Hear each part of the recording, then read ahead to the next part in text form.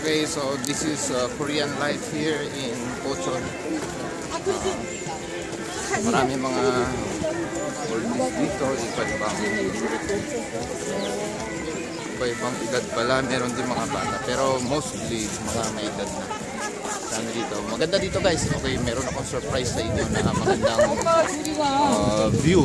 Okay?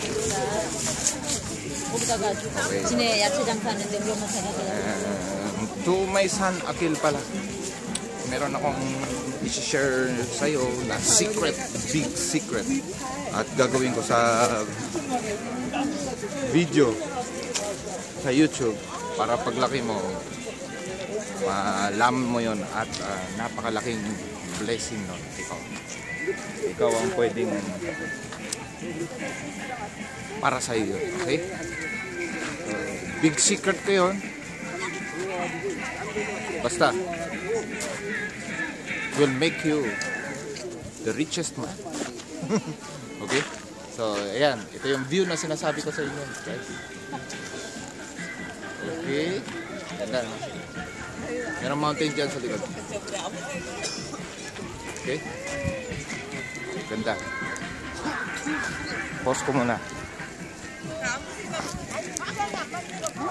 Okay, sa mga Pilipino na mga gustong pumunta dito sa South Korea, kung gusto nyo talaga ma-experience yung Korean life, yung mga pagkain ng Korean, I suggest na gawin nyo rin yung mga ginagawa ng mga Koreans kagaya nito, na nag-hiking sila.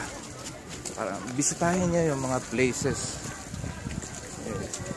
dito sa Korea, yung mga parks, mga mountains. Okay? And ibig sabihin, kailangan nyo rin ng mga pang-hiking gears.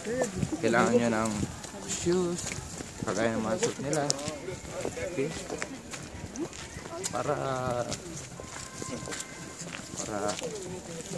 Para in kayo. Okay? Hindi kagaya ko ngayon na yung outfit ko hindi pang hiking. Okay. So, merong stage dito.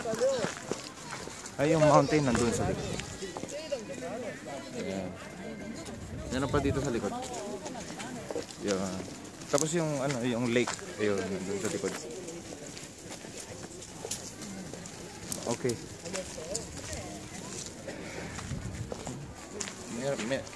Parang sa Baguio na merong yung sa Burnham Park, pero dito mas maganda.